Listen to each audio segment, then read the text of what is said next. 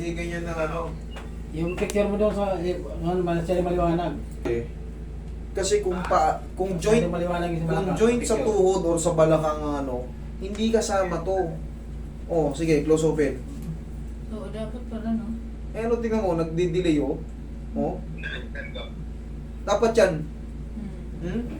Oo, yan oh. Kailangan ganyan. Pero pag Hmm. kailangan to ano, pa-CT scan nyo. Lalabas pa rin yun doon kahit mga old. Makikita pa rin. Lalabas pa rin doon. Kasi pa-picture mo ulit. Pa-double picture. Para sigurado ko kasi yung femur neck, femur head. Mahalaga yun. Baka ma-double ano. Kasi nung natumba siya, talagang hindi na nakatayo. Ibig sabihin nun, may masakit talaga. May masakit. Kaya double check natin. Hindi ako po pwedeng Sabi niya maghatak-hatak. kasi noon daw, sumakit ang balakang niya noon nung pagkatapos nung nadulas siya. Pagkatapos, ayun, Kasi nagpa-doktor sila noon. Oo. Nung pinadoktor nila, pinas-x-ray daw sila ng doktor. Tapos sabi niya, wala to. Ito yung mga ganito, mahalaga yan, yung mga ganyan. Kasi dyan ang labo. Ang labo. Tignan ko na. Pag-picture niya lang siguro. Sa dili lang. Ang liit to. Nakong liwanag. Sige. Yan o. Tingnan nyo, ang liit to. Ito laki, tingnan nyo o. Hindi, pantay lang naman yan, anterior view. Yan o, sumiksik yung paganyan dyan nung una. Pero way back to 4 pa eh. Ayan, kita mo may mga ano rito, may mga highlighting no, dito. Yan, mga yan oh. Nagkaroon ng sclerosis yan. Dito oh. Kasi wala na siya. Malab na oh, pero yan oh. Ang layo eh. Nakita na daw, kita na. Layo. Tingnan mo, laki dito. Tingnan mo, laki dito.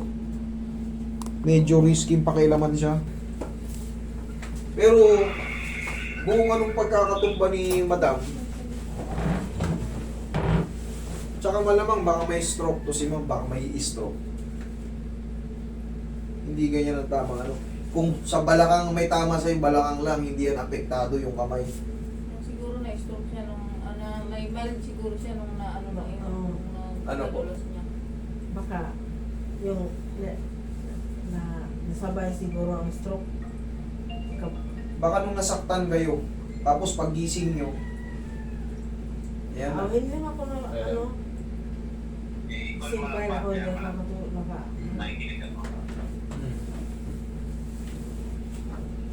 Yan no? Kailangan po ba tanggalin yung medyas? Tanggalin ko ha. Pero mag-ano. Tingnan mo, higpit ng medyas nyo. Natuak yung... Oh, grabe. Huwag kayo magsuot na sobrang higpit. O, tingnan mo. Kawawa yung katawan nyo. Ito yung kadalo yung dugo. Oo. Oo, dito. Malamig daw kasi po ganun nun. Ang pupuno ko. Ano nangyari yun? Hanggang dito na lang yung pigang-pigaw. Oh, wala na. Oh. Naipit. Tapos yan, oh, umigsi. Oh. Hindi nga pwede yung paano. Hindi pantay. Kasi maliit na yung ano niya rito, ma'am. Sasabihin niyo kung masakit ha. Susubukan ko ha.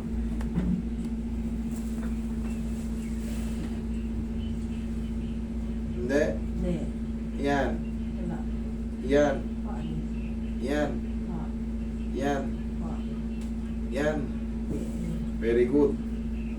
Titinan ko. Yan. Hindi din. Okay, good. Susubukan ko lahat para hindi pwedeng basta-basta. Yan. Yan. Yan. Yan. Okay, good. Sige, pwede. Kasi pagka konting ano pa lang, masakit na, ay ingatan ko na.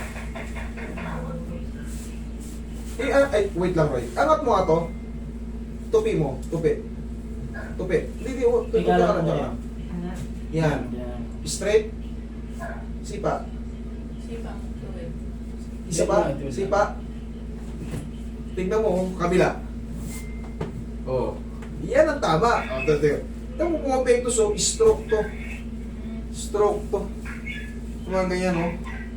Sipa mo ulit. Oh. Mabigat. Hindi po siya hindi po siya ordinaryong pilay. Pasitis ka nyo to para malaman nyo. Pwede ko naman itong i-reset. Para kahit paano, tumaan yung mga joint nyo. Pero ito, kamay, paa, hindi ako, kumbaga, hindi man tayo doktor, pero ang dami kong nai-encounter na ganito. Tugma eh. Paa, gumigewang. Buong pala. Isang kalahati.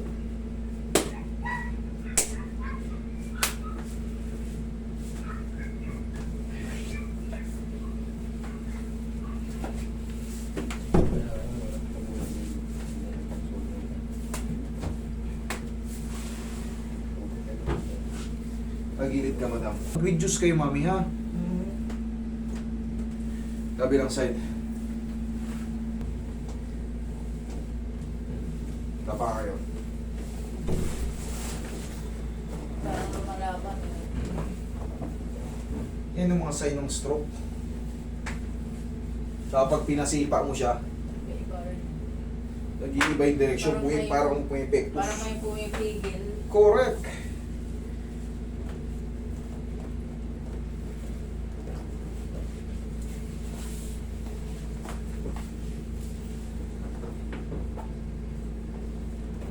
Nadala pa po kaya ng ano yan, sir? Ng therapy. Actually, ma'am, honestly speaking talaga kagad, honestly, hindi na po siya kaya. Ang ginagawa natin, inire-reset ko na lang yung mga joint niya para yung mga, kung may mga painting siya, mga movement, mas magaan yung kilos. Pwedeng makarecover yung, kasi may ibang stroke naman na nakakatayo eh, gaganon-ganon ka lang. Yun ang hinahabol natin. Makatayo siya. Nakatayo naman yun siya. Ayun nga. Mag-ano lang, bigat lang siya maglakad. Yun nga po yung stroke nga po yun eh. Pero pagka 2004 pa, wala na po. Kasi mali yung nagiging ano, puro kayo pa x-ray. Hindi nyo napapansin. Kasi bakit hindi nyo naman alam Ngayon yung ko ano lang eh. po kasi na Hindi nyo naman alam yung ano eh. Subukan nyo, pa-CT scan siya. Pa-CT scan siya. Tingnan nyo lang. Subukan nyo lang. Wala sa probinsya, Kasi hindi tayo pwedeng basta-basta, para-para. Kaya sabi ko, yung time, di bali magantay ako. Huwag ko lang madouble damage si nanay. Pero ngayon, lumalabas sa ano, yun nga, stroke. Stroke to. Relax lang. Inhale. Exhale. Hindi ko rin siya alam eh. Hindi ko rin siya kabisaan eh. Paglagay siya ng ano, para makatayo siya ng maayos. Cane. Para kung walang lakas, doon siya pumuwersa. Mga mais. Ayan, mga kamuting kahoy, mas maganda pa. Pero, siyempre, hindi rin araw-araw. Kailangan niya rin makatikim ng protein, mga isda-isda. Karne, walang problema dyan. Huwag lang prito-prito. Ihaw lang, pwede. Yan, mas maganda kung inihaw na isda. Pwede yan. Actually, hindi naman nakaka-high blood yung mga taba-taba. Hindi talaga. ang nakaka-high blood dyan yung yung mga mantika pinangano. Kasi hindi na siya napapawisan. Saan pupunta yung mantika? Yung mga process na mantika, yan ang mga delikado. Mami, tayo ka nga. Tayo mga. Kasi may tungkod ba siya? Wala. Pagtungkod na siya. Kaya nakakatayo naman siya. Kailangan niya lang cane. Medyo mabigat. Medyo Oo. nagkan kami kumakad din ako. Ano? Gumaan? Ano? Gaan. Magana? Ay, yun lang talaga ang pinaka ano eh. Pero honestly speaking, hindi siya mapiperfect naman. Ha? Kasi stroke siya. Kaya pala eh. Sabay. Pag ano ka lang cane, yung ano, tungkod nga, no, apat yung paa. Okay? Eh, tingnan mo, hindi makontrol, oh. Yan, part ng ano yan, stroke. Sige.